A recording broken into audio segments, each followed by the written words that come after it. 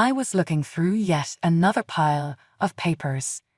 In the dusty little office belonging to some state auction department, buried in another stack of papers, I began feeling a suffocation of legals and paperwork. I was a 27-year-old doing something that I actually detested, trying to figure out what it meant whilst nobody looked from seemingly the last place on earth imaginable, having inherited shares in this big-shot company as my dad had tried and failed before he passed away. Callum, the bored young man who took turns, strutting all day long across the gap that bridged his part of life from mine, was on duty. His eyes met mine not quite as he shuffled through my papers. "Aurora, looks like you are the lucky one who has inherited her fortune." He sounded so low, and when he added the last part, I detected another voice within. Was it curiosity? My smile tried to force back on. Lucky feels more like I inherited a migraine. As in, half of these documents. I don't know what any of this is. Callum glanced up, and a real smile broke his tired expression. "Yeah, it's a mess, isn't it? But FERLT, I will guide thee. We'll get it sorted." His patience was unexpected as he combed through each document. Clerks just wanted you out the door, but Callum went over every single form of what it meant, and how I needed one. It was refreshing. "Thanks, Callum." Then, after we were done, I never in a million years would have thought to find anyone who is actually decent from a place like this, I said. His shoulders lifted slightly, and the corners of his mouth quirked. "We're not all robots yet. Besides, it is a refreshing change of pace. It feels nice helping someone, you know." I laughed, the sound clean and clear like nothing within this bureaucratic maze. "I guess I owe you one then, so thanks for saving me from drowning in paperwork. Height of hospitality. Coffee on me." "Coffee sounds amazing, but let me take you." Callum stood up, scooping the neater stack of papers together. "You've got more than enough to deal with already," he said in response as she began walking towards his study where privacy promised silence from both men about all this, at least for now. When I stood up and walked out of my office this time, it was different. The paperwork shit was still there, but somehow felt lighter. Callum took us to a local cafe, and the small, intimate cafe walked so far from those clinical government buildings behind. Heights I can never touch on. We slipped conversationally into as we settled at a table with our coffees. You name it, we talked about thing and nothing. Work, hobbies, life can be a royal pain when you don't see things coming. "You know, I never could have imagined you meeting someone over there." "A real person," I said. Callum arched an eyebrow and grinned. "Someone real? Oh, did you think I was a robot deployed by the government that existed exclusively to ruin your day?" I chuckled, shaking my head. "No, it's more like everyone is too involved in / intrigued by their own shit. Someone who listens, someone that actually sees you, why no?" He chuckled and took a drink of his coffee. "I get. If it comes to people, life's too short. Be real. We are all just feeling this out on a day-by-day basis." It was not a love, Cara Delevingne, and Willa Holland kind of story or those Papa Jack voice on the radio stories. It began by passing each other with smiles, some real compassion, and a cup of coffee later. And sometimes that's enough to make a plain day the first day of forever. After that day at the cafe, things exploded with Callum in ways I could never have foreseen.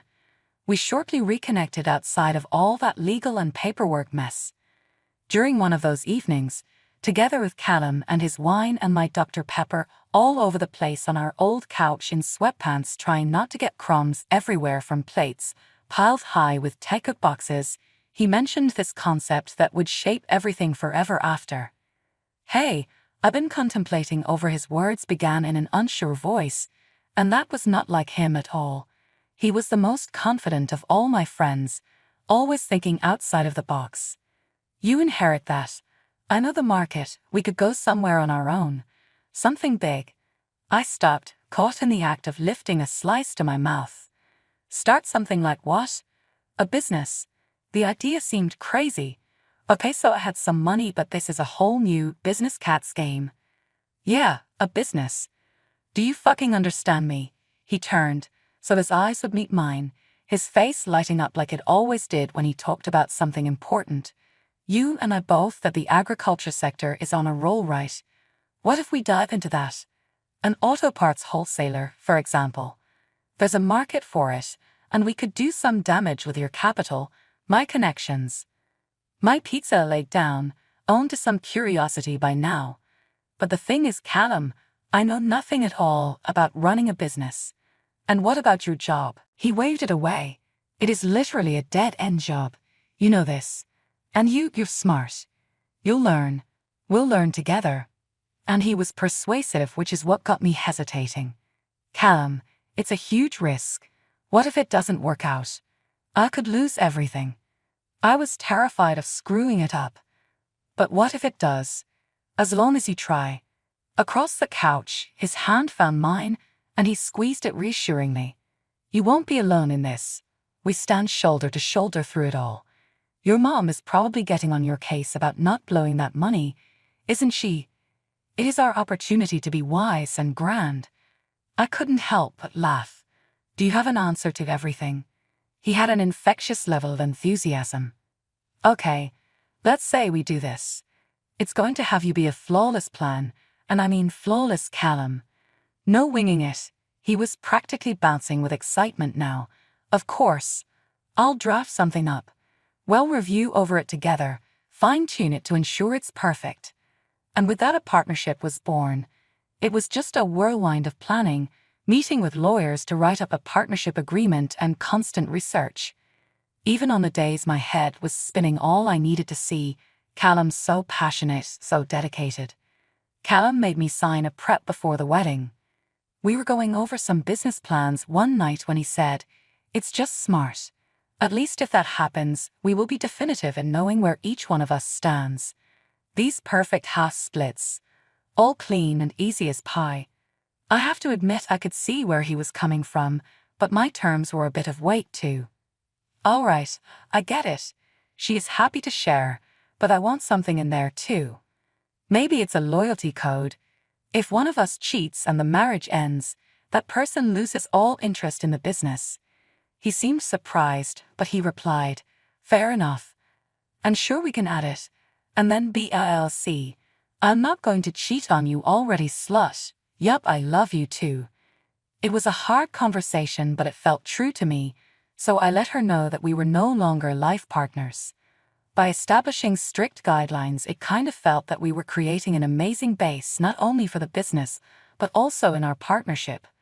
The day we signed a lease for our warehouse space still seems like someone must be playing some kind of joke on us. They were scary and exciting words to hear, standing in front of that deserted building, seeing visions of our business all around me. Is this really happening? More to myself than Callum, I murmured. Then he snuck up from behind, wrapping his arms around my waist. This is happening. It's gonna be great. Me and you, we are going to do something special here. I leaned back and felt his hands slip around to hold me, daring for the first time to believe in the future we were creating together. It was more than just the business. It was suspecting the universality of us against the backdrop. What I didn't know yet was the hardships that would try their best to tear us apart. Even so, I was just about as hopeful and excited to take on the rest of my life with the man that I loved. All the noise coming from our warehouse was music to my ears. With our shelves full of parts and orders coming in fast, we were enjoying a well-earned high. Callum and I realized that together, as business partners for 9 years now, we had done it all yet again. Our small walk on this world of agricultural spare parts, profits ever zooming into heights neither of us dared to have dreamed. It was an exciting thing to have something that we created together from scratch grow like that. However, with growth comes growing pains. One night, while drowning in orders and invoices that were collecting like a horror movie sequel, I announced loudly, "We need more hands on deck. I have enough to do. All this paperwork is just overwhelming. Callum, as the worried type often to be met with disapproving looks, scowled at the idea. I don't know, babe. More hands means more people that are not us we have to trust with our baby. No way in hell we're letting random people with their hands all over our financials and legal shit. I understood his reasons, but we had to agree on something. What? You want me to do something for once it? I met his eye. An apology and a challenge at the same time. Jesus Pete, as it is, I have more than enough to do. You could become credentialed in accounting and legal management. It'd be our little secret. The idea of returning to a school and also running an academic company was more than daunting. Like, seriously, when do you expect me to find time for that? He said, as if it was that easy, dude. At night, weekends. Okay. I know that there's so much content in this letter, it might have taxed upon one of our core email pillars. Brevity. You're brilliant, babe. You'll ace it in no time. So that's what I did. When I was not working at our retail business by day, that is, and also some nights, I might have been struggling with tasks I never dreamed of, reading books in the middle of balance sheets, but my dream was still alive, and to keep it that way had become a full-time job. As the company grew, so did my responsibilities. More salespeople were added, and as a result, I took on full responsibility for our server infrastructure. I took over those areas of responsibility, the document mumbo-jumbo, accounting and legal. As Callum took to managing such things as the money, processes and growth of a company but faraway pages rather than fax machines, this did involve him hitting the road quite often, and then I got left alone in charge on our, in those days, little fort. At night, with Callum on his trip and work piling up higher than the Rockies, everything felt very heavy indeed. After the office light turned off, long after everyone had left the building, and I was all alone at my desk in front of a computer screen, this is not what I thought, signing up, muttering under my breath. The silence was broken by the sound of the phone ringing. It was Callum, from whatever corner of the world he'd been booked to conference in. Hey, how's my superstar manager? I rubbed my tired eyes and sighed. Buried under paperwork, actually. This is insane, Callum. I'm just struggling to stay afloat. The line went silent for a moment. I'm sorry, babe. I wish I could be there to assist, but man, you are hanging tough. And I would never been able to do it without you. They were supposed to be comforting words, but it was more fodder for how far apart the miles between us had been stretching as he made work trips. I miss you, Callum own, and us not always being so overshadowed by all of this. I know, I miss you too, but where do we think this is headed? He even tried to make a joke. One invoice at a time, we are building our future. I made a half-hearted attempt at laughter, and even to me, it held no joy. Yeah, one invoice at a time. Only, promise me you will return, right? I promise. Oh, and by the way, when I come back, let's take a day off. Us, two friends chilling with no business. Deal? Deal, I said, holding on to that one small slice of the mundane in an otherwise victorious and tumultuous reality. Blinking back tears, I hung up and turned to my work as the screen blurs before me. Was this not the dream? Then why did I feel like it was slipping through my fingers? Nearly killed me. The pressures of our fast and booming business costed me more than just money. The staying up late, the stress every morning and night, and that endless to-do list. I barely had time for myself, which self-care was almost non-existent in equation of my everyday being. The changes were so slow I didn't even see them at first, but when you compare the months, my reflection in mirror showed me somebody I could hardly remembered. My body had more weight, my shine was a price, heavier, and so new but so tired. My reflection in the mirror had a bit differently as well. The way Callum treated me had also changed. He was now pulling in even more hours, using the office to cover long nights out and trips without me. He would always say, just wrapping up a few loose ends, or he'd be going on a trip that was for work, so therefore it was required. I tried to shake the feeling that I got, saying, You're just imagining something wrong. After that was the party with his business colleagues. Honestly, I was kinda excited about it. A break from the grind and maybe even some more QT view of Callum in amongst us both hitting the pavement hard. His reaction, however, took me by surprise when I said it. I don't know what. No. Well, he said, not looking at me. I was stunned. What? Why not? We were both invited, right? His face contorted, discomfort written all over it as he sighed. It's just, you know, the wives of all the partners. They're so polished, and you've changed. I do not wish for you to feel like a fish out of water. Maybe I should just go by myself. That was like an almighty slap in the face. Changed.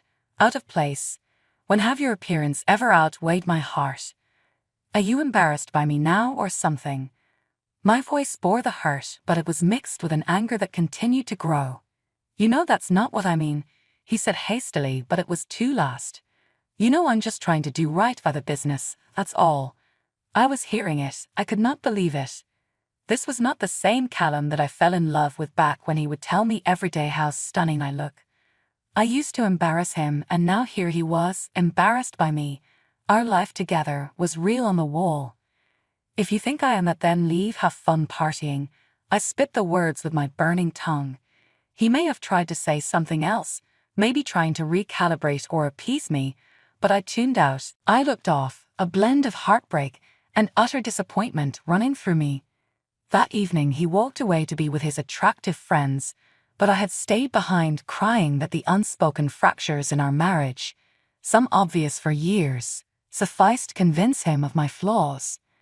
The air inside our home was hot and filled with poison one day after another, turning the warm feelings of hope dashed upon rocks like wicked sirens' call into a battleground.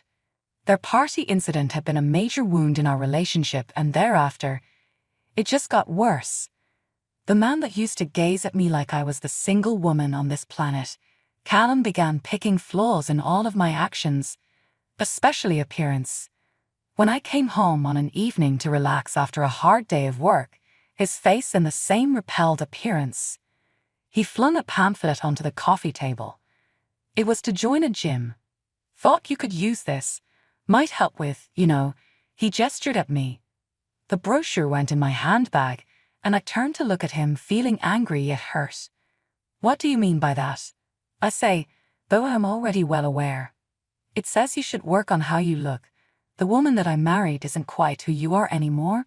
His retort fired like daggers. I got up and brushed off his insensitive comment because I wanted him to think that it did not affect me. But they did, deeply. You know I'm swamped with work, Callum. Lol, when am I supposed to have time for a gym? Damn excuse, he said, his patience wearing thin. Asterisk, if it mattered to you, you'd find the time. But no, you prefer to just sit in your room and what? Rather be in the job that keeps our business going. The job you can't help out with because you are always networking. The bitterness spilled in my voice. He scoffed, turning away. Oh, you know, with us getting old, your attitude is, it's not just about the work, you've completely given up and it's shameful. Those words, I stood in shock, the pain hardening like lead into a rage of decades. How could he say such things? That the man I loved, built a life with, would be so callous. But it didn't stop there. Gradually, his remarks grew in number and as hurtful. He told me I was lazy, fat, and a shadow of the woman he married. Every word whittled away just a little piece of my self-confidence of who I am. I started not looking in mirrors, shying away from his skin-grazing caresses and feeling unworthy again. And the nights he didn't come home. The first time, pure panic. Where the third time, I was so very numb. When I bravely asked where he was, he'd sneer back, none of your business. Concentrate on only what you are supposed to. At the lowest of my lows, I had hit a breaking point where it became too burdensome to carry the weight of silence anymore. One evening, my voice, shaky but determined, finally broke the silence. Bro, I cannot go on like this. My heart was now coming through loud and clear. We need to discuss that divorce, how we are going to do business. The mere idea of ripping apart all we produced together was several moments unrealistic, however needed for my own sanity. Callum was too filled with anger and shock to respond. "You want to walk away now?" he thundered. "But for half, after everything I went through to get this." He said them coldly. They were bladed words meant to slice and keep me low. "I built this company." His voice cut through me over and over, in places where he could no longer reach, from across the pools of time that separated us, mocking, "You're nothing without me." He hoped the threats of a long legal process using many resources to haul my ass through court would scare me off. Instead, they only hardened me in theirs. "Callum, it is not all about business," I objected, coming out with a stronger voice than I felt. "Respect is what's been missing for far too long in this sport." I was in the bathroom splashing cold water on my face when I heard Callum's phone buzzing with a new message. I don't know what came over me, but impulsively I picked it up, and the evidence was so raw that there were no remnants of denial left.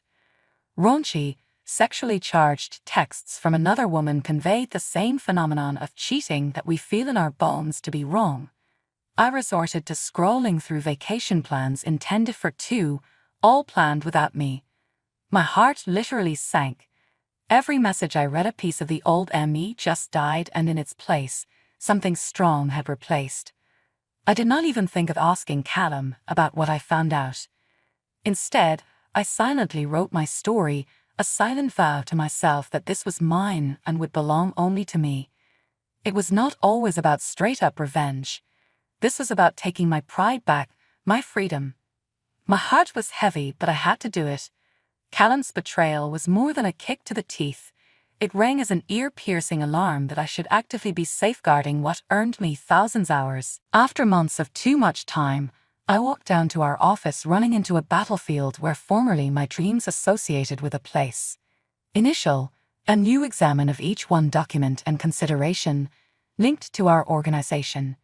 It is doing exactly what we needed to do, to see more clearly than ever before, and in great detail, what we had created together, and then seeing it all at risk.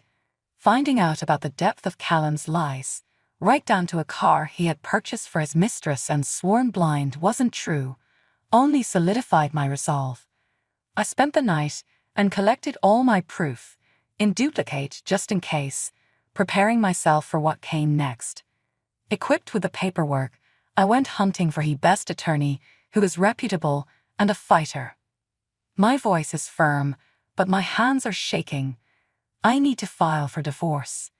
And when it comes to the business we established, there is one thing: I will fight for what's mine. Experienced attorney that appreciates fairness listened as I spilled my side of the story. After reading the prenuptial agreement and available evidence of infidelity, he paused with a reassuring calm. "With the context and evidence you have presented, it looks like a pretty darn strong case. We'll make sure you get what's coming to you no matter how long it takes." It was not soon before a legal shitstorm erupted. This tried my soul more than I can say, and has for emotional resilience. But amid it all, I clung to the faith that right would ultimately make might. And prevail they did. The court accepted our prenuptial agreement and the proof of Callum's infidelity. Well, the judgment was in my favor eventually. I was then able to go on and run the previous businesses we had built together, as they were all in his name, with a nice slice of our combined assets. I also got some money for the hurt feelings Callum gave me. It was a bittersweet victory. The business that was once the hallmark of our union and joint enterprise now belonged solely to me. On the one hand, I was relieved to know that my financial and professional future was much more secure than it had been 6 months prior. On the other hand, knowing how our relationship collapsed left me a bit sad. Nevertheless, when I reached the courthouse and walked out with that final decree in my hand, a whole heap of burden floated away from me. The fight was over. I stood my ground. I fought for what was just and fair, all the while communicating parenting strategies that supported healthy development, and stalking triumphant. Not a simple case of business or the assets, it was about taking back my pride and self-esteem. It was a month since the court had delivered its judgment.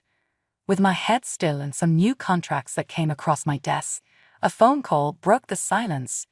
Callum's name flashed on the caller ID, a name I hadn't seen or thought about in weeks. I hesitated for a second, but I gave in to the curiosity and picked up. "Hey, Aurora, Callum speaking," he said in a forced chirp of his usual geniality.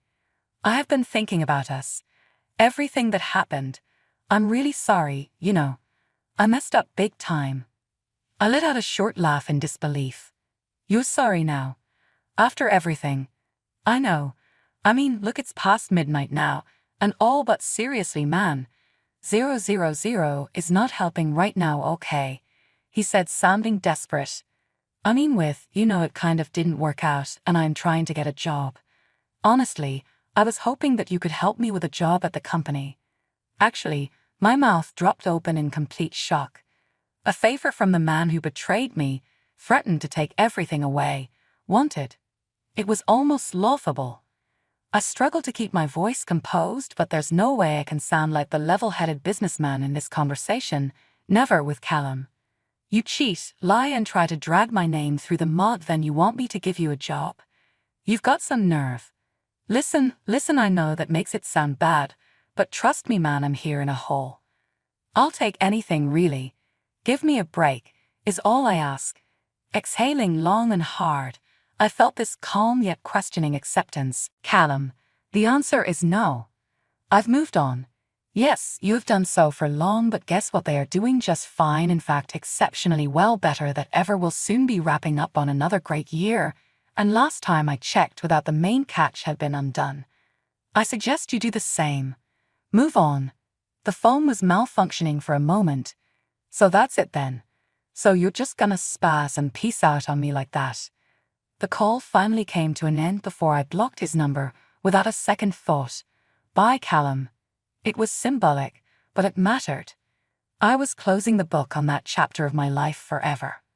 Over the subsequent weeks and months, I devoted all my energy to that business.